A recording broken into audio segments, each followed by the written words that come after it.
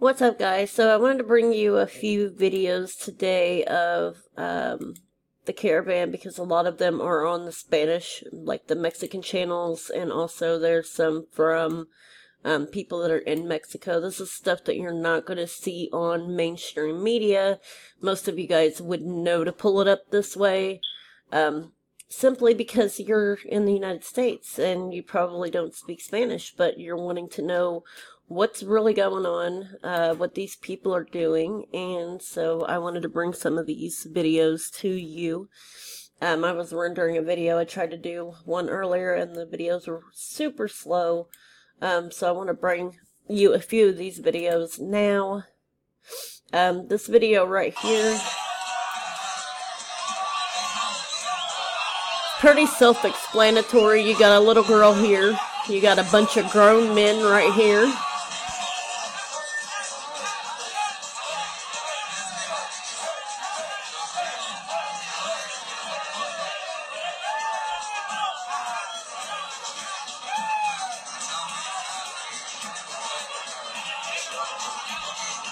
You got a bunch of grown men catcalling and recording a little girl.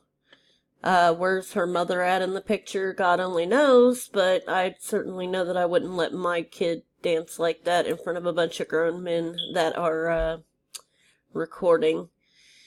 Next one we're going to get into is when they were in Chiapas. Note the gang sign there that he threw up.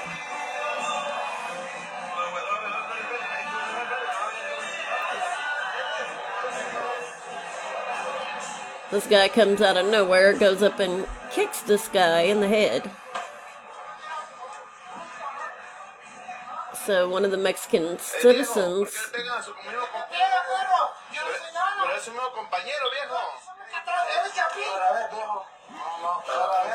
he confronts him and basically says, "What are you doing? Like, why are you hitting him like that?" The guy's like, "I don't know, nothing, I don't know nothing." He just keeps repeating himself.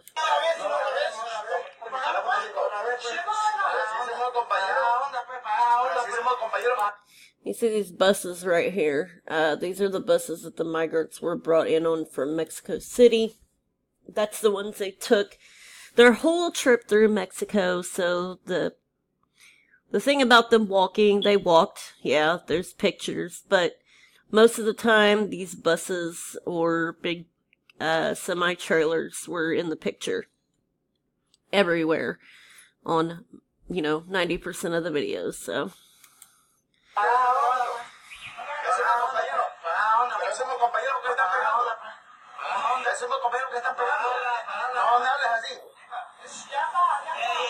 and this guy wants to start trouble, basically telling the Mexican guy to mind his business, trying to fight him. Mind your business.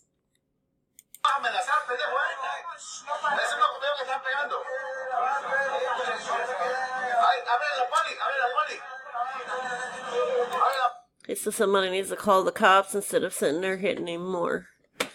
Alright, let's go back and find another video. This guy right here, this is Mexican Rocky, I believe is what they call him. And what happened was he knew a lot about the caravan. At first, he was protecting most of the people in the caravan, the women and the children, because there was a lot of rape and kidnappings going on inside of the caravan. And he knew everything that was going on, and he was kidnapped when he went back down to, like, the border where Guatemala and Mexico are. He was kidnapped and beat up because he knew all the people that are involved in bringing the caravan here. 'Cause this goes back. This isn't a bunch of people that just decided to get up one day and say, "Hey, we're going to go to the United States." It's very well organized, very well planned out, paid by a lot of leftist groups, George Soros, the UN, Pueblos Sin Fronteras, Irineo Mujica. I'm going to show you guys his Facebook later on, has all of the information and the organization of the caravans. from where he organized them at to all the way up to when they got to the border in the United States. And right now, he's actually in Arizona, helping the people find shelter that he got through the border. He's also really good friends with Beto O'Rourke, who tried to run here in Texas. I believe it was not senator, maybe. But anyways, he tried to run here in Texas, and some people say he's also trying to run for president in 2020. He donated campaign funds from, when he was running here in Texas. He donated campaign funds to get the caravan here to pay for buses and food and clothing and all of that. So, of course, now he's down in El Paso, aiding and abetting these people to get across the border, along with several other Democratic leaders. Pramila Jayapal from Washington. She was down in Tijuana with a group called El Otro Lado, and giving taxpayers money to this group to pay $150 per migrant for a smuggler to cross them over. And this group was meeting them on the other side of the border to basically help cross them over and hide them out in these churches. Another one is Libby Schaaf, who is the mayor of Oakland, California, who decided to tip off her illegals that live in her city. She tipped them off that ICE was coming to do a raid, and that's a lot of people had gotten away. I know that they didn't arrest as many as they thought they were going to. But yeah, there's a lot of leftist groups behind this. Antifa, ACLU, Pueblos Sin Fronteras, El Otro Lado, many others. And that's why I started this channel, because I want to get you guys all of this information. I had a friend that told me that I should make a channel because I know a lot of stuff that's going on. And I don't live at the border. I live pretty far away from the border. I'm in Texas, but there's a lot of stuff that I watch on the news and know everything that's going on. So that's why I wanted to start it, so that way I could bring all of this stuff to you guys on YouTube.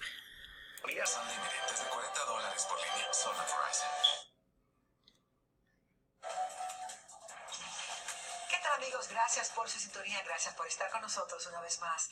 Vamos a comenzar en Tijuana, México, donde salió a relucir el mensaje de un supuesto líder de autodefensas que ha hecho un llamado a la población para que, ataquen a los migrantes, a los carteles de la droga, para que frenen y detengan esa caravana de migrantes que llamó una invasión de criminales. So basically what they're saying on here is that the auto defense guy of Mexico is telling the federal government and the federal police to stop the caravan because it's full of drugs, full of criminals, human traffickers, people are raping women, kidnapping children. En suelo azteca, cosa seria. Vamos con Agustín Olaiz inmediato. Agustín. Así es, Mari, el video se volvió viral en una ciudad que en este momento vive mucha tensión, sobre todo porque hay grupos polarizados, algunos en favor y otros en contra de la presencia de los migrantes. Realmente no es una migración, es una invasión. He said it's not a migration, it's not something that came about like as a natural thing. It's an invasion. It's been paid, it's been organized, and this guy's been all throughout Mexico. Conduce rápido mientras alguien lo graba, viste ropa militar y habla amenazante. Dice que ningún hondureño más entrará a Tijuana, que son una amenaza para México. Ya que se esperan más de 30,000 migrantes, los cuales son escoria de la humanidad. En los videos, like I said, this guy's he's a military guy, and he's the auto defense guy, and He knows everything that's going on and what they're doing. Publicados en su página de internet, inclusive le pide a los narcotraficantes que lo ayuden. Y sabemos que ustedes cuidan sus plazas. Así que ustedes saben perfectamente, señores, qué es lo que se tiene que hacer. Jefes de plaza, jefes de sicarios, hagan lo que tienen que hacer. He's basically telling the people, like the owners of businesses and companies and that, you know, your houses, make sure you protect them and do what you have to do to, you know, protect whatever is yours. La semana pasada apareció en las primeras protestas contra migrantes que habían llegado a Tijuana. Este es un mensaje para el secretario de la Defensa Nacional. Ahora amenaza con realizar arrestos ciudadanos. Vamos a utilizar armas de paintball, vamos a utilizar armas no letales, balas de goma y cartuchos de sal para los que tengan escopetas. Un mensaje que... He said, you know, basically to arm yourself with whatever you need to arm yourself, paintball guns, the rubber bullet guns, whatever it is to keep people off your property because, you know, they're robbing houses, they're robbing, businesses, things like that. Now, mind you, this video was back in November. It wasn't anything recent. This was before he was actually kidnapped, because he put this video up and knew a lot of what was going on is the reason he was kidnapped. So, let's keep going. Para muchos, recrudece el clima de tensión y rechazo que ha derivado ya en algunos enfrentamientos entre integrantes de la caravana y residentes de la ciudad fronteriza. Nosotros tratamos de comunicarnos con las autoridades. Now, I want you to look at this, guys, because all these people are saying, oh, poor migrant, poor migrant, poor migrant. I'm going to show you some videos that's going to knock you through the wall, because the media, they're only showing the women and children on American media. They're not showing this. What is this? De Tijuana para saber si estaban haciendo algo al respecto y no respondieron. Tampoco el comandante Cobra contestó a nuestra solicitud de entrevista para conocer qué lo motiva y cómo organizarán los anunciados puntos de control y los patrullajes nocturnos. So basically, you know, like I said, he's the auto defense guy. He's there. He knows what's going on. He knows all this is organized. This is not some kind of organic migration. And it is basically very well organized by...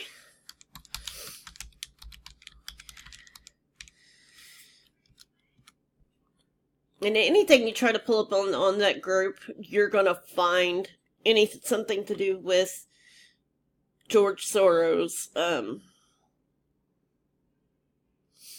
See, this happened, you know, 8 months ago with the same group. A month ago with the same group. These people, a year ago with the same group. They go back long way back. Here's,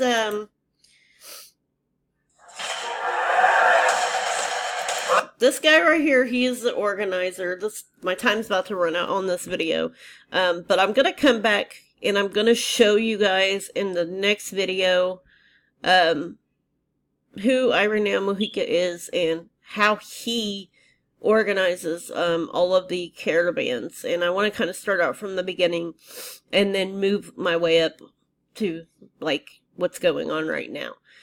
So, stay tuned for the next video, guys. Make sure you like, subscribe, and share this channel with your friends, because if they don't know Spanish, I'm able to translate all these videos, and I want all of this information to get to you guys, because you're not going to get it on CNN, you're not going to get it on Fox News, you're not going to get it on any media outlet in the United States. So, make sure you guys stay tuned. I've got a ton more videos coming up for you guys, and I'll see you soon.